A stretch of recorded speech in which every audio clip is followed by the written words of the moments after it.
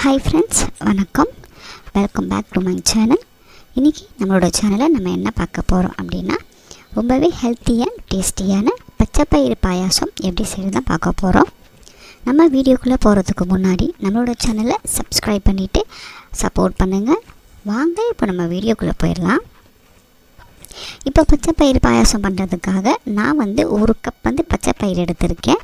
இது 150 கிராம் இருக்கும். இப்போ ஒரு கடாயில் எடுத்து வச்சு இந்த பருப்பை சேர்த்துட்டு ஸ்டவ்வை மீடியம் ஃப்ளேமில் வச்சுட்டு நம்ம வறுத்து எடுத்துக்கலாம்.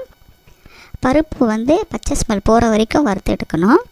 நம்ம பச்சைப்பயிரை நம்ம தோலோடு யூஸ் பண்ணும்போது நமக்கு ஹெல்த்தியாகவும் இருக்கும், டேஸ்ட் ரொம்பவே நல்லாயிருக்கும். இப்போ நம்ம வறுத்தாச்சு. இப்போ நம்ம வறுத்த பருப்பை குக்கருக்கு மாற்றிடலாம். மாற்றிட்டு நம்ம தண்ணி கொஞ்சமாக ஊற்றிட்டு நம்ம ஒரு 2 வாட்டி வாஷ் பண்ணி எடுத்துக்கலாம்.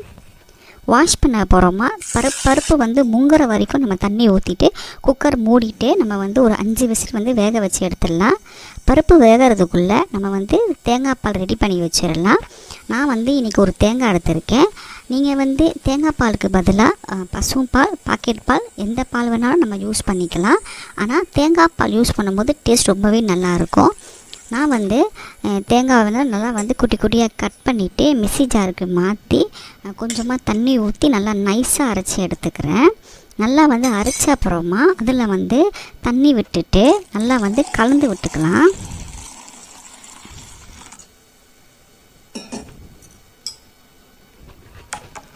இப்போ நம்ம ஒரு ஜல்லரை வச்சுட்டு நம்ம தேங்காய் பாலை வடிகட்டி எடுத்துக்கலாம்.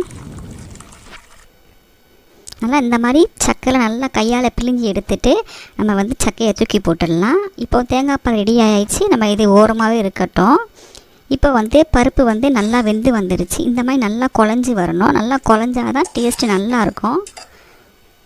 இப்போ நம்ம வெந்த பருப்பில் நம்ம ரெடி பண்ணி வச்சிருந்த நம்ம தேங்காய் பாலை சேர்த்துடலாம். சேர்த்துட்டு நல்லா கொதிக்க விடுங்க. தேங்காய் பால் நல்லா கொதித்து சுண்டி வர வரைக்கும் நம்ம நல்லா கொதிக்க விட்டுடலாம். நல்லா பாருங்கள், நல்லா சுண்டி வந்துருச்சு. நல்லா தேங்காய் பால் நல்லா கொதிச்சாச்சு. இதில் நான் 150 கிராம் நான் நாட்டு சர்க்கரை சேர்த்துக்கிறேன். இப்போ நீங்கள் நாட்டு சர்க்கரை வேணாம் அப்படின்னாலும் இந்த இடத்துல ஒயிட் சுகர் சேர்த்துக்கலாம். நாட்டு சர்க்கரை சேர்த்து பண்ணும்போது டேஸ்ட் ரொம்பவே நல்லாயிருக்கும்.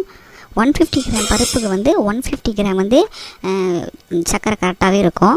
இப்போ நல்லா இப்போ சர்க்கரைலாம் கரைஞ்ச அப்புறமா கொஞ்சமாக சால்ட்டு போட்டுட்டு நம்ம ஸ்டவ் ஆஃப் பண்ணிக்கலாம். அவ்வளோதான், நம்மளோட ரொம்பவே ஹெல்த்தியாக ரொம்பவே டேஸ்டியான நம்மளோட பருப்பு பாயாசம் ரெடி ஆகிடுச்சு. நீங்களும் ட்ரை பண்ணி பாருங்கள். டேஸ்ட்டு ரொம்பவே சூப்பராக இருக்கும். இந்த வீடியோ உங்களுக்கு பிடிச்சிருந்துச்சி அப்படின்னா லைக் பண்ணுங்கள், ஷேர் பண்ணுங்கள். மறக்காமல் நம்மளோட சேனலை சப்ஸ்கிரைப் பண்ணிவிட்டு அப்படியே பக்கத்தில் இருக்க பெல் பட்டனையை கிளிக் பண்ணிடுங்க. தேங்க்யூ.